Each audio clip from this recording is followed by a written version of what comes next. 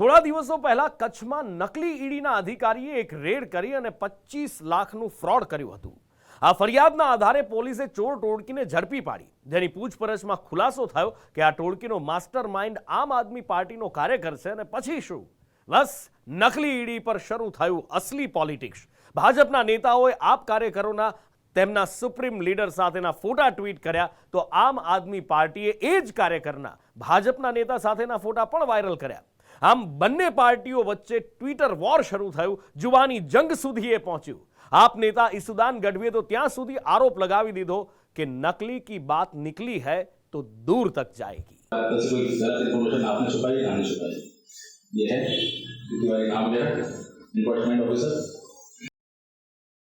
नकली ईडी पर असली पॉलिटिक्स, राजकीय पार्टीओ वच्चे ट्विटर वॉर, नकलीनी વાત છેડાશે તો લાંબી ચાલશે। થોડા દિવસો પહેલા કચ્છ ગાંધીધામના એક જ્વેલર્સના ત્યાં નકલી ઈડી બની એક ચોર ટોળકી ત્રાટકી હતી। નકલી ઈડી ટીમનો રૂઆબ અને તેવર જોવા જેવા હતા। અસલી અધિકારી પણ લોકોને ન ખખડાવે તેવી રીતે આ નકલી ઈડીના અધિકારીએ જ્વેલર્સ માલિકને ખખડાવ્યા હતા। हमें कोऑपरेट करेंगे तो ठीक, कोई दिक्कत नहीं होगी हमारे काम की, तो वो ज़्यादा जल्दी से चीज़ें सुलझ जाएगी। नहीं होगा तो चीज़ें लंबी जाएगी। आपने जो जानकारी देंगे उससे ज़्यादा कुछ चीज़ें मिली तो आप गलत जानकारी के इलाज में आपको 6 साल लेकिन एक बात ध्यान रखना, गलत इंफॉर्मेशन, गलत मिसगाइडिंग चीज़ें कुछ नहीं आ रहा है, बिल्कुल नहीं। हम ऐसे ही उठते नहीं आए हैं, मुझे पता है वो आप जो है। જે બાદ નકલી ઈડીના અધિકારીએ સોના ચાંદીના દાગીના અને રોકડ મળી કુલ 25 લાખની ચોરીને અંજામ આપ્યો હતો। જે મામલે જ્વેલર્સ માલિકે ફરિયાદ નોંધાવતા પોલીસે ચોર ટોળકીને ઝડપી તો પાડી, પણ પોલીસ અવાક હતી કે આ ચોર ટોળકીનો આત્મવિશ્વાસ જબરો કહેવાય કે જે નકલી ઈડીના અધિકારી બની લૂંટ ચલાવતા હતા। એટલે પોલીસે ટોળકીના મુખિયા અબ્દુલ સત્તાર માંજોઠીની પૂછપરછ કરી તો ખુલાસો થયો કે આ ટોળકીનો મુખિયા અબ્દુલ સત્તાર તો આમ આદમી પાર્ટીનો નેતા છે। થોડા દિવસ પહેલાં ગાંધીધામમાં જે રાધિકા જ્વેલર્સની દુકાને ફેક ઈડીની ટીમ દ્વારા જે રેડ કરવામાં આવી હતી, એમાં એના મેઇન માસ્ટર માઇન્ડ તરીકે અબ્દુલ સત્તાર માંજોઠી એમની જે સંડોવણી નીકળી છે। આમ આદમી પાર્ટીએ અબ્દુલ સત્તાર માંજોઠીને કચ્છ પશ્ચિમનો જનરલ સેક્રેટરી બનાવ્યો હતો। આ સાથે પોલીસની પૂછપરછમાં અબ્દુલ સત્તારે કબૂલ્યું છે કે તે આ નાણાંનો ઉપયોગ આમ આદમી પાર્ટીના કાર્યક્રમો પાછળ કરતો હતો, જેને લઈને પોલીસ આમ આદમી પાર્ટીના નેતાઓને પણ પૂછપરછ માટે બોલાવી શકે છે। થયો કે જે અબ્દુલ સત્તાર માંજોઠી છે એ આમ આદમી પાર્ટીના કાર્યકર છે અને અલગ અલગ ટાઈમમાં એ પાર્ટીના જે નાના મોટા કાર્યક્રમો હોય એમાં જે એમની ગેરકાયદેસર પ્રવૃત્તિઓ હતી એમનાથી જે પૈસાનો ઉપજ થતી હતી એના પાર્ટીની પ્રવૃત્તિઓમાં ઉપયોગ લેવામાં આવ્યો છે।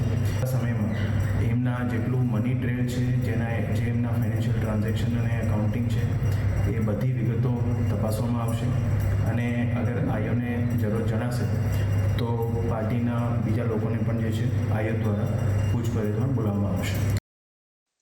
બસ પછી શું? નકલી ઈડીના તાર આમ આદમી પાર્ટી સાથે વીંટાળાતા રાજકારણ ગરમાયું અને નકલી ઈડી પર અસલી રાજકારણ શરૂ થયું। રાજ્યના ગૃહમંત્રી હર્ષ સંઘવીએ અબ્દુલ સત્તારના આમ આદમી પાર્ટીના નેતાઓના ફોટા ટ્વીટ કરી કટાક્ષ કર્યો કે આ છે કેજરીવાલના ચેલાની કરતૂતના સબૂત। સામે આમ આદમી પાર્ટીના પ્રદેશ પ્રમુખ ઈસુદાન ગઢવીએ ગુજરાતના નકલીની ગાથા સંભળાવી સંદેશ ન્યૂઝ પર સંઘવીને જાહેર ચર્ચાનું આમંત્રણ આપ્યું। તમે ટ્વીટ રમવાથી બહાર આવો। ટ્રોલની જેમ આ ટ્રોલવાળાનું કામ છે, ગૃહમંત્રીનું કામ નથી। ગૃહમંત્રીએ કાનૂન વ્યવસ્થા અત્યારે ખાડે ગઈ છે। નકલી પીએમઓ અધિકારી, નકલી સીએમઓ, બધું નકલીનું ભરમાર છે। કરો ને તમારામાં તાકાત હોય તો કાર્યવાહી। અને ખુલ્લી ચેલેન્જ આપું છું, જો એને હજી એનાથી સંતોષ ન પડતો હોય, બીજી ટ્વીટ કરવાની ઈચ્છા હોય તો એના કરતાં ખુલ્લી ડિબેટ કરો। આવો તમારી ચેનલ ઉપર ડિબેટ કરીએ। ઈસુદાન ગઢવીએ આટલાથી સંતોષ ન માની ટ્વીટ કરીને લખ્યું, નકલી કી બાત નિકલી હૈ તો દૂર તક જાએગી। અને અબ્દુલ સત્તારના ભાજપ સાંસદ અને પોલીસ અધિકારી સાથેના ફોટા તેમણે શેર કર્યા। જે બાદ ટ્વીટ વોરની સાથે નેતાઓ વચ્ચે શાબ્દિક જંગ શરૂ થયો। એમના આજે મેં ફોટો ટ્વીટ કર્યા છે, જે સાંસદ છે ભાજપના અને ભાજપના સંગઠનમાં પણ બહુ મોટો હોદ્દો ધરાવે છે, એમની સાથે એમના ફોટો છે।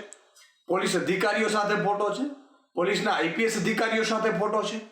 તો એનો અર્થ શું થયું ભાઈ હર્ષભાઈ? આ તમારી કઈ ગેમ તો નથી ને?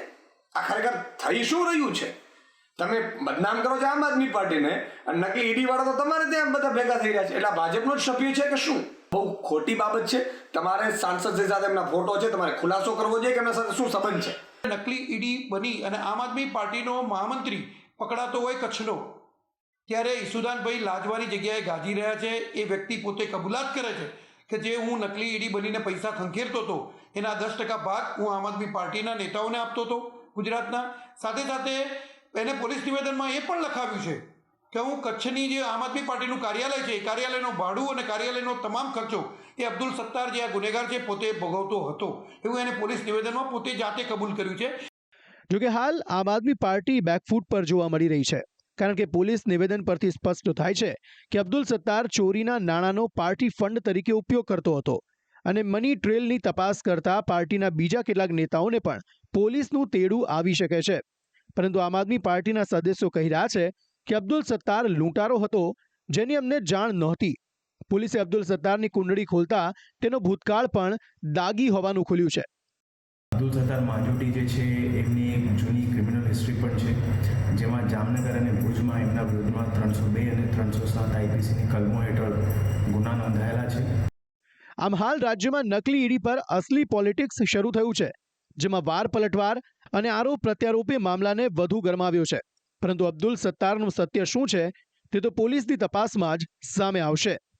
બ્યુરો રિપોર્ટ, સંદેશ ન્યૂઝ. આજનો એજન્ડામાં હવે આગળ વાત કરવી છે નેતાજીએ ખેડૂતો સાથે કરેલી ગંદી મજાકની. બનાસકાંઠાના ધારાસભ્યે થરાદના ખેડૂતો સાથે પાણીના નામે મજાક કરી રાખી. ખબર નથી પડતી કેમ નેતાઓ ફોટા પડાવવા માટે, વાહવાઈ લૂંટવા માટે એટલા ઘેલા થઈ જાય છે કે ખેડૂતો સાથે પાણીના નામે મજાક કરી જાય છે. આ નર્મદા મૈયાના વધામણા કરવા માટે જિલ્લાના અધ્યક્ષ શ્રી કીર્તિસિંહ વાઘેલાજીના હસ્તે વરદ હસ્તે કર્યું છે. પાણીના નામે ખેડૂતો સાથે મજાક. અહીંયા ખાલી પાણી 2 કલાક જેવું ચાલ્યું છે, 2 કલાકમાં ખાલી 3 કિલોમીટર ગયું છે. પણ આ સરકાર અમને ક્ષેત્ર એમ બેઠી છે. નવા નીરના વધામણા કરી વાહવાઈ લૂંટી, પાણી બંધ થતા ભોંઠા પડ્યા નેતાજી. બનાસકાંઠાના ખેડૂતો છેલ્લા કેટલાય વર્ષોથી કેનાલમાં પાણીની રાહ જોઈ રહ્યા હતા.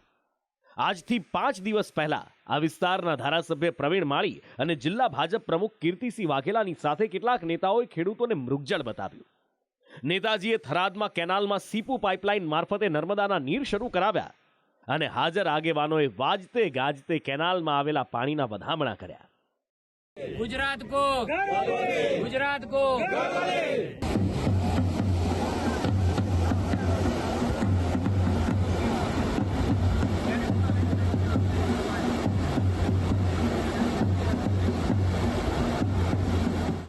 પાણીના વધામણા કરી ધારાસભ્યએ વાહવાઈ લૂંટી કે પાણી અમે લઈને આવ્યા છીએ. થરાદ સીપુની લાઇનમાંથી જે 25 ગામ ડીસા તાલુકાના જે સિંચાઈથી વંચિત રહેતા હતા, જે સીપુ આધારિત ડેમ આધારિત જે હતા, પરંતુ વરસાદ ઓછો પડવાના કેચમેન્ટ એરિયામાં ઓછો પડવાના લીધે એ સિંચાઈ નથી થતી, એને નર્મદાથી કનેક્ટ કરી નર્મદા મૈયા આ વિસ્તારની અંદર આવે અને સિંચાઈ થાય એવા ઉમદા હેતુ સાથે જે યોજના મંજૂર કરી હતી એનું આજે લોકાર્પણ કર્યું છે. નર્મદા મૈયાના નીર આવવાથી ખેડૂતોમાં ખૂબ અનેરો ઉત્સાહ પણ છે. અને આ કેનાલમાં પાણી આવ્યું પણ ખરું, પણ માત્ર 2 દિવસ માટે. અને પછી એ કેનાલ પહેલા જેવી હતી એવી જ સૂકી ભઠ્ઠ થઈ ગઈ. કેનાલમાં પાણી બંધ કરી દેવાયું. કેનાલમાં પાણી બંધ થતા ખેડૂતોમાં રોષ ભભૂકી ઉઠ્યો. ખેડૂતો કહી રહ્યા છે કે ધારાસભ્યએ અમારી સાથે છેતરપિંડી કરી. નેતાજીએ માત્ર ને માત્ર ફોટા પડાવવા, દેખાડો કરવા પાણી શરૂ કરાવ્યું હતું. ફોટા પડી ગયા એટલે પાણી બંધ કરી દીધું. બંધ બિલકુલ બંધ થઈ ગયું. તમે પણ જોઈ શકો છો, અમે પણ જોઈ શકીએ છીએ. અહીંયા ખાલી પાણી 2 કલાક જેવું ચાલ્યું છે, 2 કલાકમાં ખાલી 3 કિલોમીટર ગયું છે. એ બી કેટલું 1.5 ફૂટ જેટલું પાણી જ નીકળ્યું, હેડ્યું છે. વધારે ઊંચી ભરાઈ નથી નીકળી. આઈફા શું અહીંયા ઢોલ નગારા ને ફૂલ હાર ને ગાડીઓના નાન તેન કેટલો શો. આવું તો કોઈ મિનિસ્ટર હોય ને કોઈ મેડિકલ હોસ્પિટલ હોત ને ઓપનિંગ કર્યું હોત તો સારું હતું કે એને દવા તો થોત દુઃખની. આ તો દુઃખ કરતાં બીજું દુઃખ છે. માંગ પાણી આવે ને તો ડેમમાં આવે, 2માંથી 1માં તો આવવું જોઈએ. પણ આ સરકાર અમને ક્ષેત્ર એમ બેઠી છે. આને આઈને સરકાર જોવે અમારા પાક કેટલા હુકાઈ છે, કેટલા મશીને ખર્ચા કર્યા છે, કેટલી પાઇપલાઇન નોસી છે, કેટલા તળાવ એને ખણ્યા, આ ખર્ચા પાણી કરતા નથી, કોઈ પાણી વિશે ખૂબ તકલીફ રહે. પાણી આવવાનું છે આ વાતની જાણ થતાં આ વિસ્તારના ખેડૂતોએ પાઇપલાઇનો મશીનો રિપેર કરાવીને ખર્ચ કરાવ્યો, પણ 2 જ દિવસમાં પાણી બંધ થઈ જતા ખેડૂતોને આ ખર્ચો માથે પડતો દેખાયો.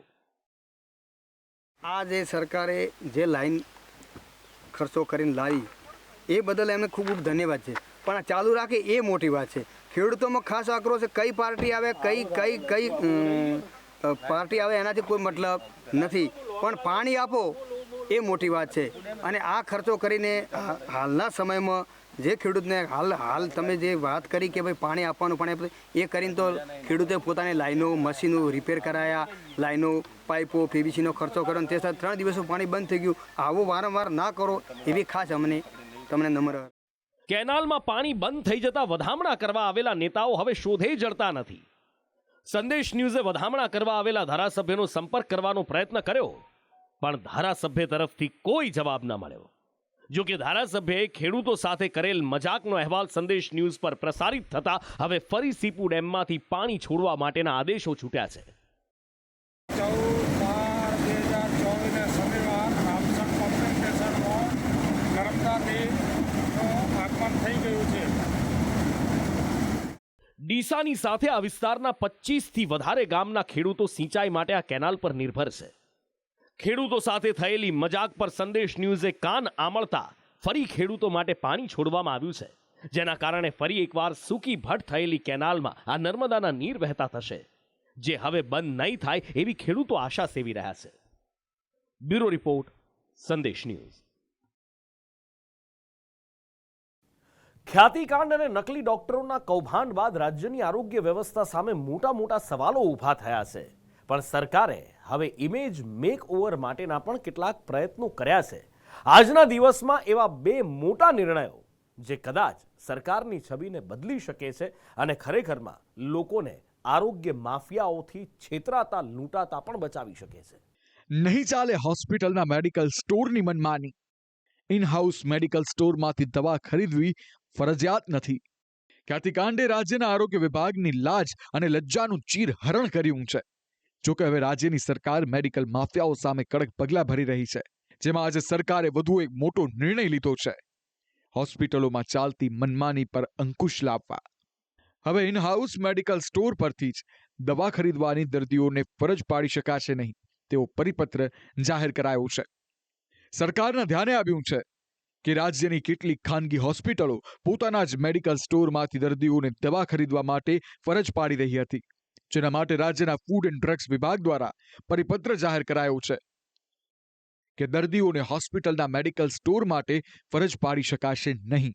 સરકારે આદેશ કર્યો છે કે હોસ્પિટલના ઇન હાઉસ મેડિકલ સ્ટોરમાં બોર્ડ લગાવવું પડશે કે આ હોસ્પિટલના દર્દીઓએ અહીંથી દવા ખરીદવી ફરજિયાત નથી. Food and drugs commissioner doctor H.G. કોશિયાએ જણાવ્યું કે હોસ્પિટલનું નિયંત્રણ અમારા વિભાગ હેઠળ આવતું નથી, જેથી અમે હોસ્પિટલને આદેશ ન કરી શકીએ, જેથી અમે મેડિકલ સ્ટોરને આદેશ કર્યો છે. નાગરિકોને જે ફરજ પાડવામાં આવતી હતી કે દવાઓ અમુક હોસ્પિટલોમાં સ્ટોરમાંથી જ લેવી, તો એનાથી ઘણી વખત એ બ્રાન્ડેડ દવા હોય, એમાંથી ખૂબ ઊંચી હોય, તો કોઈ વાર એને આર્થિક નુકસાન પણ થતું હોય. તો આ જ દવા જો ત્યાં કેમિસ્ટ લખે કે દર્દીને અહીંથી દવા લેવી ફરજિયાત નથી, તો દર્દી એને અનુકૂળ જગ્યાએથી એ જેનરિક દવા ખરીદી લે તો એને આર્થિક નુકસાન પણ ન થાય અને વ્યાજબી દવા પણ મળી રહે. સરકારે નાગરિકોના હિતમાં પરિપત્ર તો કર્યો છે, પરંતુ મુશ્કેલી એ છે કે ડોક્ટરો દવા જેવી લખે છે જે તેમના મેડિકલ સ્ટોર સિવાય બીજે ક્યાંય મળે જ નહીં. હાલ તો સરકારના પ્રયાસને સામાન્ય જનતા આવકારી રહી છે. ના, ખરેખર સરકારની કામગીરી સારી છે, ઉત્તમ છે, અને ડૉક્ટરો જે આ ડૉક્ટર બાબતે આ જે નિર્ણય લેવાય એ બી સારો છે. એટલે ડૉક્ટરોને જે ગેરરીતિ કે કંઈ બી થતું હોય તો એ અટકશે નહીં. આ બધા વચ્ચે ગાંધીનગર મહાનગરપાલિકા દ્વારા વડીલો માટે એક અદ્ભુત આરોગ્ય યોજના શરૂ કરવામાં આવી રહી છે. અટલ વૃદ્ધ સહાય આરોગ્ય રથ યોજના. 60 વર્ષથી વધુની ઉંમરનાને મળશે લાભ. ઘર બેઠા આરોગ્યલક્ષી સેવા પૂરી પાડશે. આ અવસર યોજના અંતર્ગત ગાંધીનગર મનપામાં રહેતા વડીલો એટલે કે 60 વર્ષથી વધુનાઓએ પોતાના ઘર નજીકના અર્બન હેલ્થ સેન્ટર કે હેલ્થ વેલનેસ સેન્ટરમાં નોંધણી કરાવવી પડશે. જે બાદ નોંધાયેલા લાભાર્થીઓના ઘરે મહિનામાં એકવાર તેમના આરોગ્યની તપાસ માટે એક ટીમ મુલાકાત લેશે. જેઓ મુલાકાત દરમિયાન blood pressure, diabetes, oxygen level સહિતની તમામ જરૂરી તપાસ કરશે અને સારવાર આપશે. જો વધારે સારવારની જરૂર જણાય તો વૃદ્ધને નજીકના હેલ્થ સેન્ટર અથવા સિવિલ હોસ્પિટલ ખાતે રિફર કરવામાં આવશે. આરોગ્યલક્ષી સુવિધામાં વધારો કરતા ગાંધીનગર મહાનગરપાલિકા અટલ વૃદ્ધ સહાય આરોગ્ય રથ યોજના એટલે કે અવસર યોજનાને કાર્યરત કરવા જઈ રહી છે. આ યોજના અંતર્ગત 60 વર્ષથી વધુ ઉંમરના વ્યક્તિઓને ઘેર બેઠા આરોગ્યલક્ષી સેવાઓ પૂરી પાડવામાં આવશે. મહત્વનું છે કે 13 ડિસેમ્બરના રોજથી ગાંધીનગરના હેલ્થ સેન્ટરોમાં નોંધણીની પ્રક્રિયા શરૂ કરી દેવામાં આવી છે. તો આ યોજનાથી પાટનગરમાં રહેતા વૃદ્ધો ખુશ છે. સિનિયર સિટીઝનો હોય છે એમને મોટા ભાગે ડાયાબિટીસ છે, બીપી છે અને એવા શારીરિક રોગ એને વધારે પડતા હોય છે અને એને આ સારવારની જરૂર હોય છે. એ રજિસ્ટ્રેશન જે કરાય ખૂબ આવકાર્ય મહાનગરપાલિકાનો નિર્ણય છે એને હું આવકારું છું. કર્યો છે તો બહુ ઉત્તમ છે, સારો છે અને લોકો માટે પણ સારું છે. પણ એનો પૂર્ણ અમલ થાય ને સારી રીતે થાય, જાહેર તો કરે તો ઘણી બધી થાય છે. મહત્વનું છે કે સરકારે દવા ખરીદવા માટે હોસ્પિટલોની દાદાગીરી બંધ કરવા કરેલો પરિપત્ર અને ગાંધીનગર મનપાએ શરૂ કરેલી અવસર યોજના ખરેખર ખૂબ આવકારદાયક છે. પરંતુ ધારેલું પરિણામ ત્યારે શક્ય બનશે જ્યારે તેની અમલવારી યોગ્ય રીતે થશે. ત્યારે આ ગાંધીનગર મનપાની યોજના અને સરકારના નિર્ણયની અમલવારી યોગ્ય રીતે થાય તેવી સૌ કોઈ આશા રાખી રહ્યા છે. બ્યુરો રિપોર્ટ, સંદેશ ન્યૂઝ.